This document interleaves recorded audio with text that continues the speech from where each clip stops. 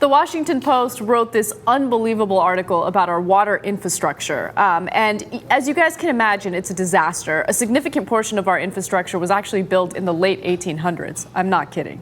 Some of our infrastructure was built as recently as 77 years ago. Oh, then it should be totally fine. We don't need any help on it. Should we spend some money rebuilding that, or should we give more taxes for the top 1%? Tax cuts for the top 1%. What are you talking about? They need those tax cuts. They have to make sure that they continue their quality of life. We can't disrupt that. It's a lifestyle they've become accustomed to, so let's drink sewer water instead. Okay, no, but this is actually a really disastrous story because we are drinking sewer water. In fact, let me give you some of the statistics. So what they found was that 25% of the drinking water leaks from the water system pipes before we can even use it. An estimated 1.7 billion gallons of water leaks from pipes each year.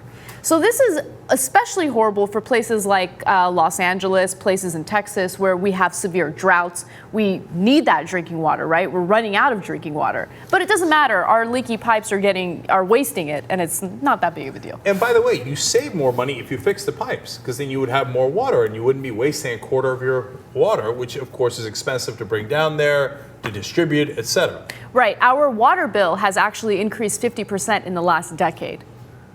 Don't fix the pipes, though, because the rich need just an extra little couple of percentage points in their bracket. Now let's talk about sewage a little bit. 3 billion gallons of raw sewage flows into the Potomac and Rock Creek annually.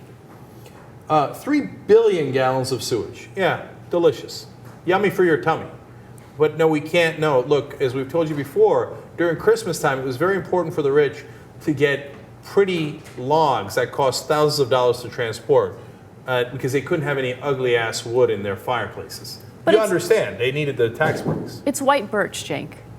Please. It's a lovely blue flame. Right. It helps with the atmosphere. They get white birch, you get sewage water in your creeks. So now let's talk about costs a little bit, because it's obviously going to cost a lot of money to repair our infrastructure.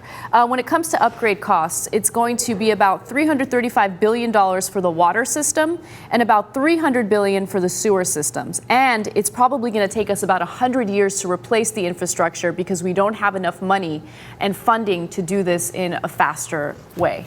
You know what? If we spent that money, you know how what we would create? We would create jobs. You know what? That might be shovel ready pretty soon. You would literally need shovels to go in there and fix the pipes, right?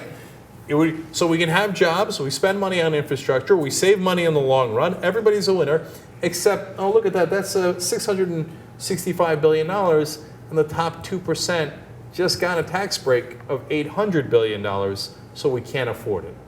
So, and that tax break was literally just less than 5 points, okay?